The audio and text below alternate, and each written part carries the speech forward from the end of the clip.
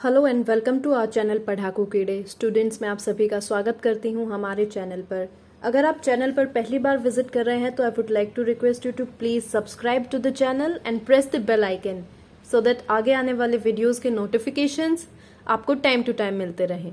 Also अगर आपको ये वीडियोस लर्निंग में हेल्प करती हैं तो kindly like the videos and share them with other learners as well. बात करेंगे आज के इस वीडियो के बारे में।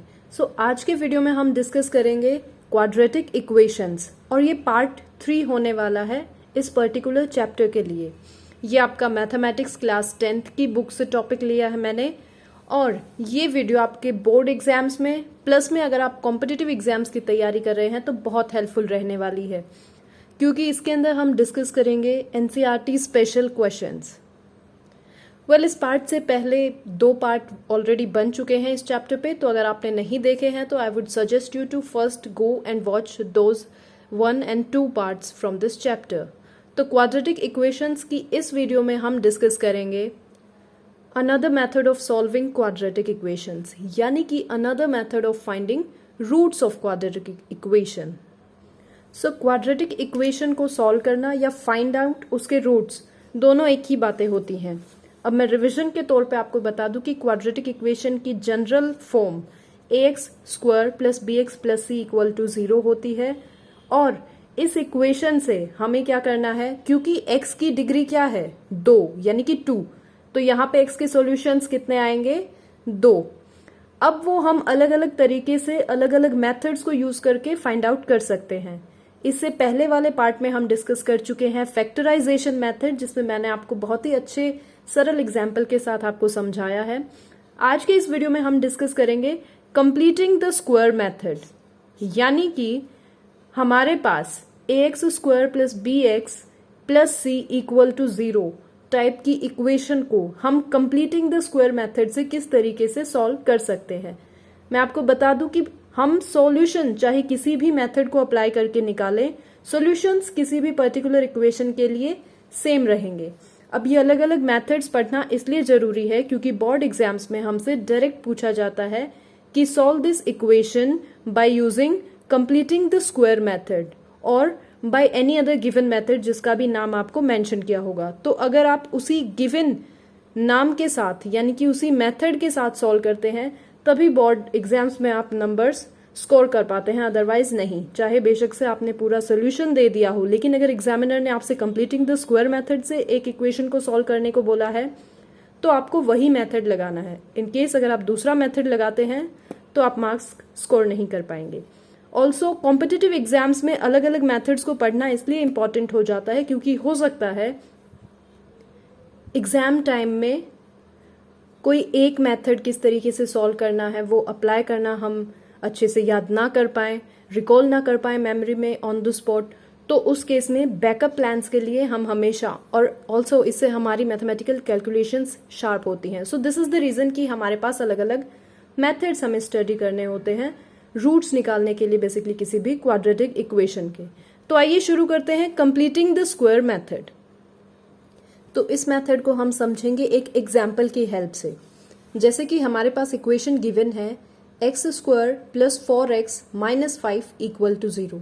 ये किस फॉर्म की है, ax square plus bx plus c equal to 0, यानी कि ये क्या है, क्वाड्रेटिक इक्वेशन है हमारे पास। और सपोज हमें इसको सॉल्व करना है by using the method of completing the square. अब जैसे कि इसका नाम ही हमें बताता है कि इस मेथड के अंदर हम स्क्वायर्स कंप्लीट करेंगे, यानी कि इस मेथड में हमें बेसिक काम क्या करना होगा, हम अपने गिवन क्वाड्रेटिक इक्वेशन को एक नई फॉर्म में डिड्यूस करेंगे जो किस तरीके की दिखनी चाहिए हमें। For example x plus m whole square plus n square equal to 0, जो इस फॉर्म की हमें दिखनी चाहिए, यानी कि x की जितनी भी टर्म्स होंगी वो ब्रैकेट क्लोज करके उसके ऊपर स्क्वायर आएगा और इस तरीके से लिखी जाएंगी। इस तरीके से अलग अलग नहीं लिखी जाएंगी। यहाँ पे क्या है, x की पावर 2, ये तो सही है, लेकिन ये जो 4x है ये क्या है, इसकी पावर 2 नहीं है, यानी कि किसी ब्रैकेट में भी नहीं लिखा जा सकता इसके साथ। तो इसको हमें डिड्यूस करना है किसी न किसी तरीके से इस फॉर्म में, और इस फॉर्म को हम किस तरीके से सॉल्व करेंगे, x की पावर m का whole square is equal to minus of n square. अब हम क्या करेंगे, n स्क्वायर की वैल्यू निकाल लेंगे और यहां से x प्लस m की वैल्यू क्या आएगी, अंडर द रूट ऑफ, इसको सॉल्व करने के बाद लेट्स से वी से कैपिटल X आता है, राइट। सो प्लस माइनस, तो x की क्या वैल्यूज आएंगी, minus m plus under root x and minus m minus under root capital X। इस तरीके से हम इसको डिड्यूस करेंगे। तो आइए देखते हैं ये स्टेप्स इस गिवन इक्वेशन पे कहां से अप्लाई करना शुरू करें। हमें लेके आना है x प्लस कोई भी टर्म हो और वो उसका होल स्क्वायर बने, यानी कि x स्क्वायर तो ठीक है, एज इट इज लिख दिया। अब हमें क्या करना है, इस टर्म को ब्रेक करना शुरू करना है और यहां पे एक फॉर्मूला हमें बहुत हेल्प करेगा जो कि है x प्लस ए का होल स्क्वायर। ये क्या होता है, x स्क्वायर प्लस ए स्क्वायर प्लस 2ab होता है, यानी कि 2x इंटू ए, राइट। ये फॉर्मूला हमें बहुत हेल्प करेगा। तो अब आप देख सकते हैं इस इक्वेशन में x स्क्वायर की टर्म है, राइट। अब हमें क्या चाहिए, कोई कांस्टेंट टर्म और 2x और कोई भी नंबर a, यानी कि 2ab बनाने के लिए। तो ये जो मिडिल टर्म है इससे हम क्या करेंगे, हमारा 2ab बनाएंगे इस फॉर्मूला के लिए। अब इसको 2ab की फॉर्म में लिखने के लिए हमने क्या किया, 2 लिख दिया, a यानी कि x है यहाँ पे, यानी कि x लिख दिया। अब हमें b वेरिएबल की वैल्यू लेके आनी है जो कि फॉर्मूला में होती है। अब वो b वेरिएबल की वैल्यू हम यहाँ पे किससे मल्टीप्लाई करें, 2x को, कि हमारे पास 4x आ जाए। ऑब्वियसली 2 से मल्टीप्लाई करें, राइट। यानी कि 4x को हमने लिख दिया 2x इंटू 2 और ये हमारे पास क्या आ गया, b की वैल्यू बेसिकली, राइट। यानी कि जो फॉर्मूला है a प्लस बी का होल स्क्वायर, यहाँ पे b की वैल्यू हमारे पास क्या आ गई, 2। अब हमें क्या चाहिए फॉर्मूला के अकॉर्डिंग, b स्क्वायर। तो हम क्या करेंगे, 2 के स्क्वायर को ऐड कर देंगे और 2 के ही स्क्वायर को माइनस कर देंगे और बाकी terms as it is, right. हमने इस इक्वेशन में क्या किया है, मिडिल टर्म को स्प्लिट किया है इस तरीके से कि हमने 2ab बना लिया और b स्क्वायर को ऐड कर दिया, b स्क्वायर को ही सब्ट्रैक्ट कर दिया, क्योंकि किसी भी इक्वेशन में किसी एक पर्टिकुलर हैंड की साइड अगर हम सेम टर्म प्लस करें और सेम टर्म ही सब्ट्रैक्ट कर दें तो इक्वेशन पे कोई असर नहीं पड़ता। यानी कि हमने क्या किया है, 4 ऐड कर दिया और 4 ही घटा दिया, उससे कोई फर्क नहीं पड़ा ओवरऑल इक्वेशन पे, लेकिन हमारा काम बन जाएगा। ये जो हमने 2 स्क्वायर ऐड किया है इसको अगर इस फॉर्मूला के साथ हम देखेंगे तो अलग टर्म बन जाएगी और बाकी टर्म्स से हमारे पास कांस्टेंट बन जाएगा। यानी कि ये वाला जो n हमने लिया था ये कहीं ना कहीं हमें दिख जाएगा यहाँ पे। तो अब हम क्या देखेंगे नेक्स्ट स्टेप में, we have x square plus 2 square plus 2 into x. अब ये किसका फॉर्मूला हो गया, x plus 2 whole square, right. और यहाँ पे क्या बचेगा, -4 -5 इक्वल टू 0। अब हमारे पास दिख रही है ना सेम यही टाइप की इक्वेशन। तो हम क्या करेंगे, x प्लस 2 का whole square is equal to, बाकी टर्म्स को इधर लेके आएंगे राइट हैंड साइड में। सो -4 -5 क्या होता है, -9। -9 को अगर हम राइट हैंड साइड में लेके जाएंगे तो it will be counted as +9, right. So यहां से we will write x plus 2 is equal to plus minus under the root 9। हमने क्या किया इस इक्वेशन पे, दोनों साइड टेकिंग द रूट्स। तो यहां से जब रूट लिया तो लेफ्ट साइड में स्क्वायर से रूट कैंसिल हो गया और राइट हैंड साइड में प्लस माइनस के साथ अंडर रूट की वैल्यूज आ गई। तो यहां से हमारे पास आंसर आएगा x plus 2 is equal to +-3, right. क्योंकि +3 का अगर हम स्क्वायर करते हैं तो भी 9 आता है और -3 का अगर स्क्वायर करते हैं तो भी 9 आता है। यही रीजन होता है कि जब हम अंडर रूट लेते हैं तो साइन प्लस माइनस दोनों लगाने होते हैं। अब यहाँ पे 2 केस बनेंगे। अगर x की वैल्यू 3 है अगर x प्लस 2 की वैल्यू 3 है, यानी कि x प्लस 2 इक्वल टू 3, तो यहां से हमें मिलेगा x इक्वल टू 1। दूसरा केस क्या बनेगा, अगर x प्लस 2 की वैल्यू -3 है, तो यहां से हमें मिलेगा x इक्वल टू -3 - 2 -5, राइट। तो हमने क्या देखा, हमारे पास दो वैल्यूज आ गई x की, x equal to 1 and x equal to -5, लेकिन हमने तरीका कौन सा यूज किया, कंप्लीटिंग द स्क्वायर, जैसे कि हमने यहाँ पे x प्लस 2 होल स्क्वायर बनाया, राइट। और ये सारा लोचा हमने जो बीच में इस स्टेप में रखा है, ये इसीलिए किया है ताकि हम यहाँ पे स्क्वायर बना सकें कंप्लीटली, राइट। क्योंकि कंप्लीट स्क्वायर को सॉल्व करना बहुत आसान होता है, हमें बस उसका स्क्वायर रूट लेना होता है और फिर वैल्यूज पुट करनी होती है।